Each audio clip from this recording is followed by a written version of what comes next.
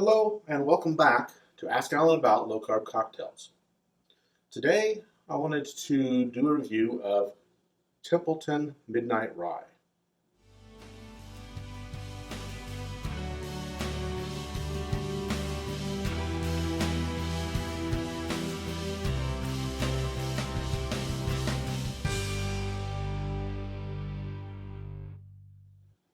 Again, this is Ask Alan about low carb cocktails, and Templeton Midnight Rye is something that is a recent release from the Templeton Distillery in, I believe the town is called Templeton, Iowa. It's something that Templeton is, I think, mainly known for rye whiskeys, and this is a rye, but it's a little bit different than normal rye. I'm going to try this, and I'm going to also make a couple of cocktails that the distillery had suggested. When I first got this bottle, I bought it locally. It was something that had just come out at the time, and I tried it, and it's like I thought that this had a really good taste to it. It's kind of unique, something I'd never really tasted quite the same type thing before, but I wasn't sure how to mix it. So I got a hold of the distillery and asked them, told them that I would be doing a video and I wanted to mix a cocktail or two with this. And I haven't tried these yet, but they'd given me a slick sheet on this product, and it had a couple of cocktails listed on it. So I'm going to do that, and they're just one is an old fashioned and one is a Manhattan, specifically how they made it. And we'll try those. But first, I'm going to do a tasting and review that for you. I already have, like I said, I've already tasted it and I do like the taste. But we'll try to do a little bit more in depth. But first, a little bit about the Templeton Distillery. Templeton Distillery is in Templeton, Iowa. And on their site, they say something to the effect of that Templeton is basically a small town distillery, crafting whiskey that, in their words, they say respects the past and is inspired by the future. Not sure exactly what that means, but that's what they do say on their website. But again, they are another Iowa distillery, and I think it's in the northern part of Iowa. They also say on their website that the roots of whiskey in Templeton, Iowa, can be traced back a long way to family lines that bootlegged during Prohibition.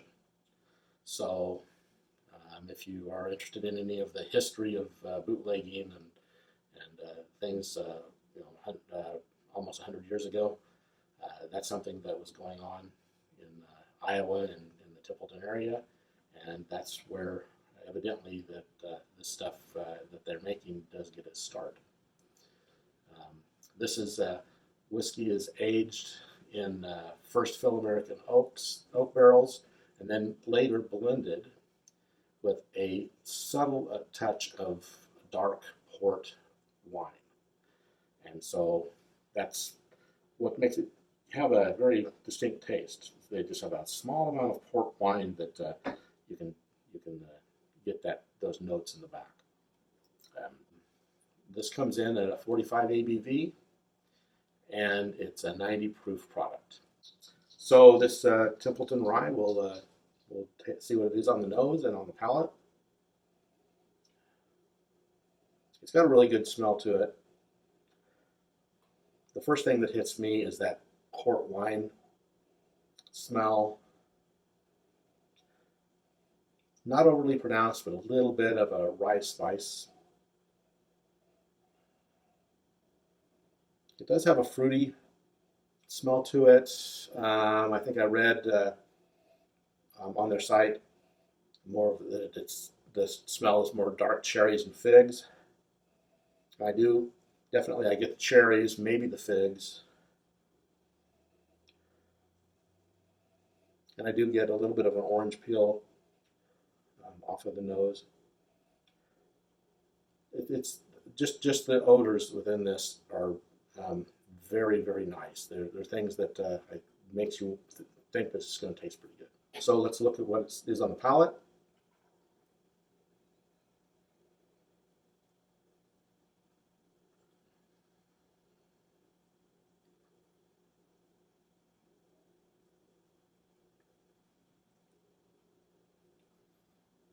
So, like I said, I let this set out for a while.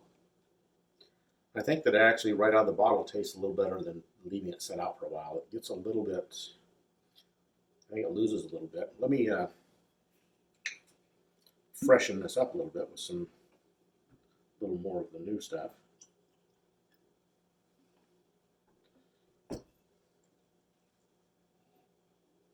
Yeah, and the odors are stronger right out of the bottle.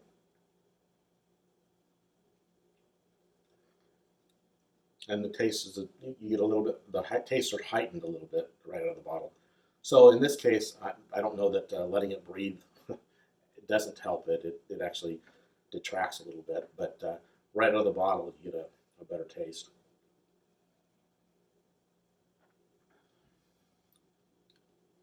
So again, there's a muted rye spice. You don't get a lot of rye spice taste, but you do taste that rye. You do get that dark cherry flavor coming out.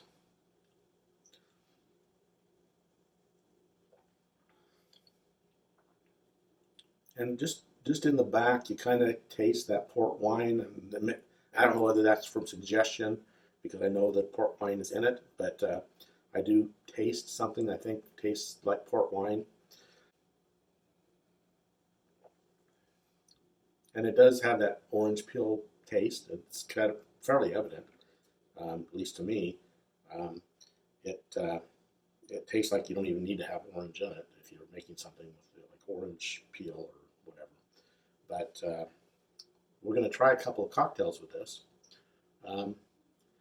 The finish on this, I do see that it kind of lingers a little bit. Not a long time, but it lingers a little bit. And there's no burn at all. When I say I think this was at 90% ABV, or 90%, 90 AB or proof, and 45 ABV. So the two things that they suggest is what they call a Midnight Manhattan and a Port Side Old Fashioned. So first of all, we will do the Manhattan. I believe is supposed to be in a, and I'll use what's in here. Okay, so again with this, I'm going to use the stuff that I already had in the glass, so I don't waste that. And with the Manhattan, there's 2 ounces.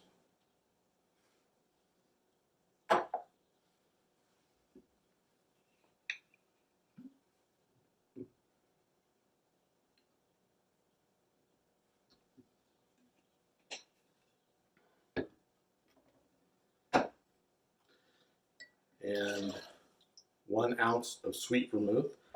And I bought this a long time ago. I don't use vermouth hardly at all, but because there are some sugars in it, but that's what I need for this is 1 ounce of sweet vermouth. I'm sure there's much better ones than Gallo, but that is what I have. 2 dashes of Angostura bitters. This bottle's, I refilled it from a larger bottle and I've spilled some on there, so that's why it looks so bad.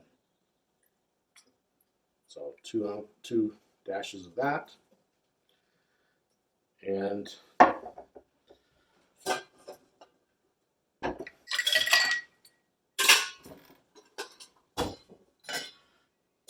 you need to stir to chill.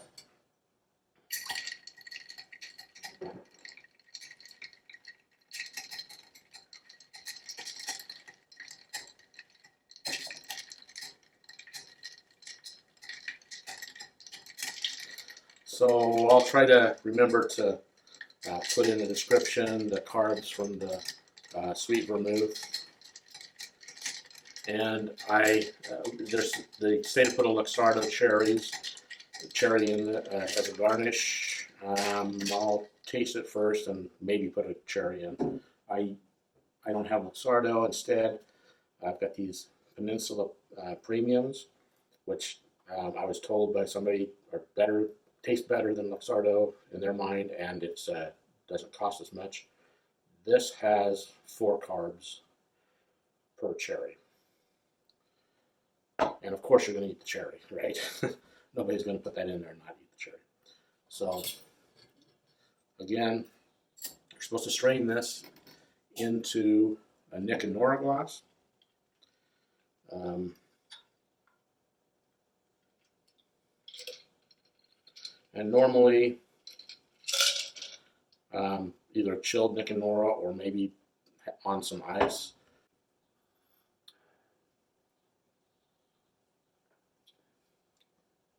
That's got a nice taste to it. Again, there's better sweet vermouths out there. This is what I have. It's kind of old, so that's not helping at all. But that Midnight Rye in a Manhattan actually tastes pretty good.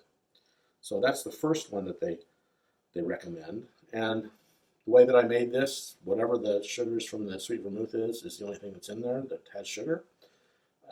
If you add a cherry, then you have to take account for that as well. But we're going to do an old-fashioned. And an old-fashioned, normally you use an ice ball, so you get less meltage from that. And that, again, is 2 ounces. And this has I like the smell of this. This is really good.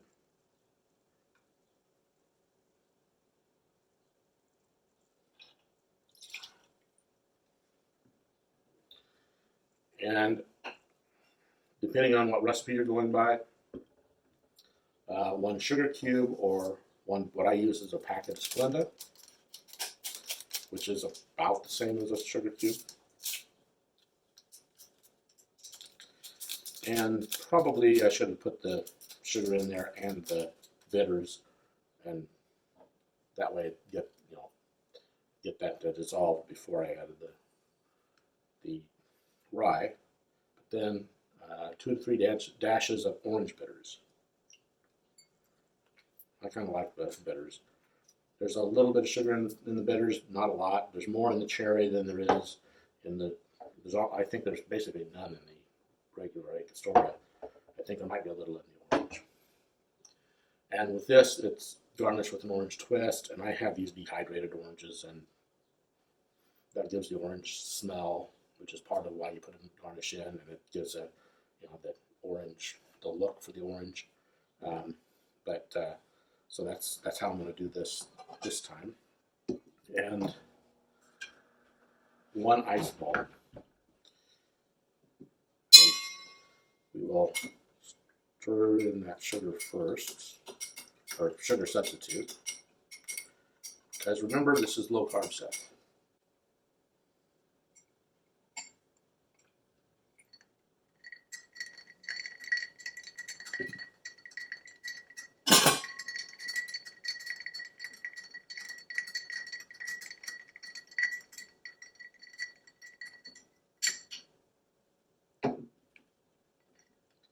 Orange for the garnish, so it goes around the ice ball.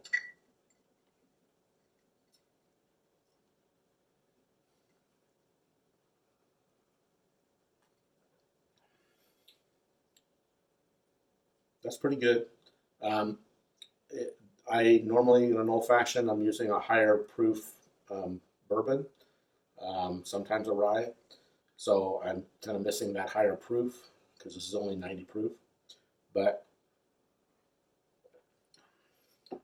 it is definitely pretty good because it's got the you can make an old fashioned with a simple syrup rather than sugar or packaged sugar substitute, and that then decreases the ABV because you've got the water in that.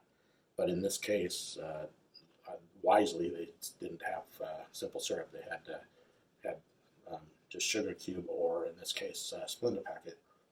which really helps to not dilute the rye too much. So I'd say that's definitely a good drink, something that you would enjoy. I'm enjoying it. And I think that what you should do is you should get some of this stuff. I've seen it in quite a few places.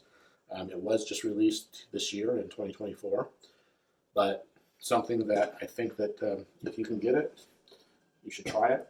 On its own, it tastes great. In the old fashioned, I really like it. The Manhattan, if I had better or fresher vermouth, then it would have helped it, but it tastes okay even with that. So that's not the fault of the Midnight Rye. I think that's the fault of not having a better or fresher sweet vermouth. I need to find a small bottle because I don't use it enough to use up a larger bottle. But I do hope that you'll get this and try it. It's pretty good. And try to tell your friends about this channel. Like and subscribe, comment. Comments are very helpful. Those help me to know what I'm doing right or wrong. I'm probably carrying on too much in discussion because I tend to start talking and then I just keep talking. But definitely let me know what your thoughts are, your comments, and definitely try to get a bottle of this and try it and see what you think, because I think you'll like it. So that's it for this week. This should be posted in July, I believe, and I want you to have a good day and have a safe day. And if this comes out around the 4th of July, I think this might be when I'm posting it. Have a happy 4th.